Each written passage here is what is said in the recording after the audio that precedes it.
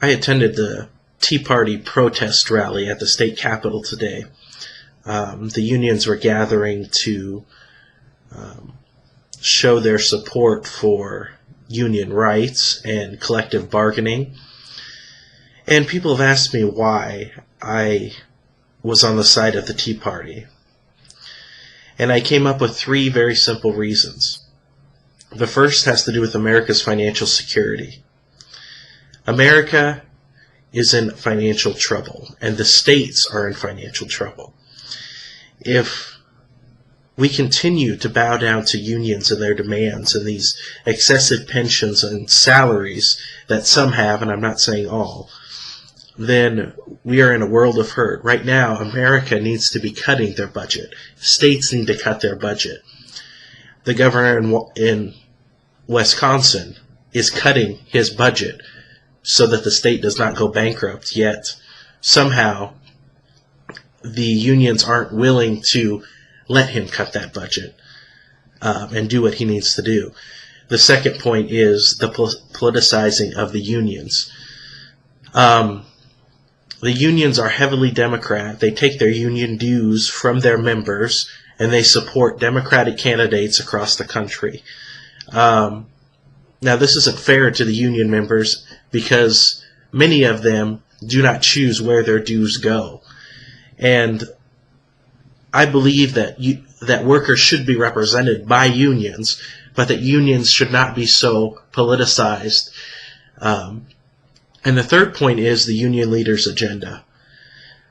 We've seen people like Richard Trumka and other union big bosses go around to communist rallies and speak at communist conventions and socialist conventions, and it's just outrageous that they think that they can do that without Americans recognizing them for who they are.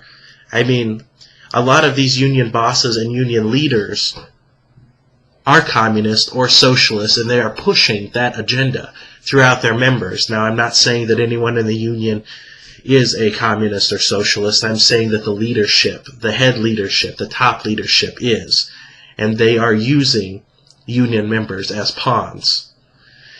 And the union members let them do it. That's the sad thing. All right, so here is some clips that I took at the rally. I want you to know we're all here to support you, and we're going to try to bring the cavalry once again in 2012. Good afternoon, everybody, and welcome to the capital of Iowa. One thing I noticed about Obama and the governor of Wisconsin.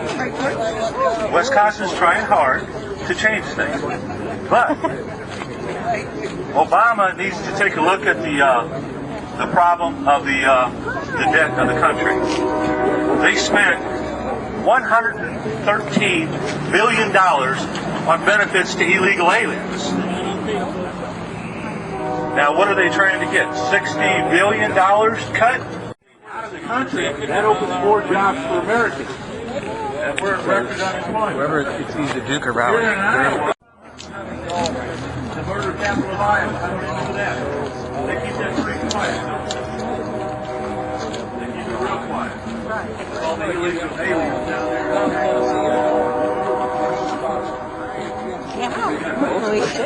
Genesis.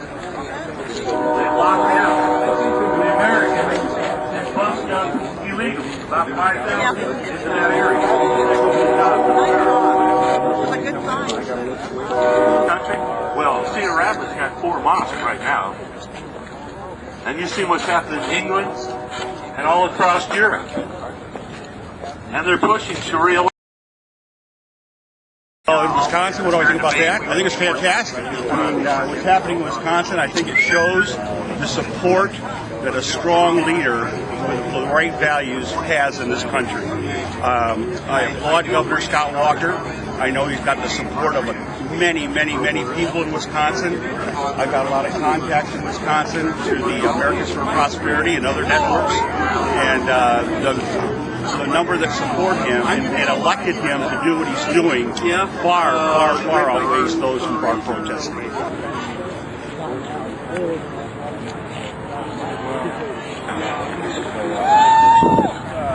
Patriots too.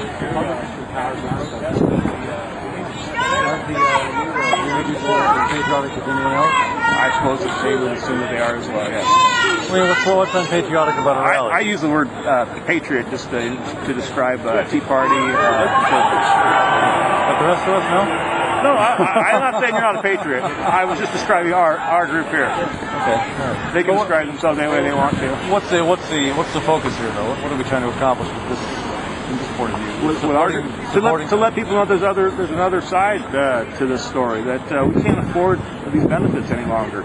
That we're just out of money, and that's just simply the fact. So do away with collective bargaining altogether? I don't know that public employees should have that kind of power. I mean, can you imagine if the military were able to collectively bargain? That unions have gotten away with quite a bit for quite a long time. All right, thank you. We need to terminate public sector unions. They need to go. What do you think should be put in place then, obviously? Well, they need to wipe out the unions. Those union leaders are making over $200,000 a year. We don't need all these people, for one thing. The state is not growing. We need to get rid of some of them. The bad part is then they never get off. They are always on our backs until, after they retire and don't do anything. Of course, they retire early. They're still on our backs like a dirty shirt. It sounds like people are saying that there needs to be some sort of equality between what the teachers unions and the private sector. And the teachers unions keep making new groups so they can hire their friends. Get them on our backs. There's something else.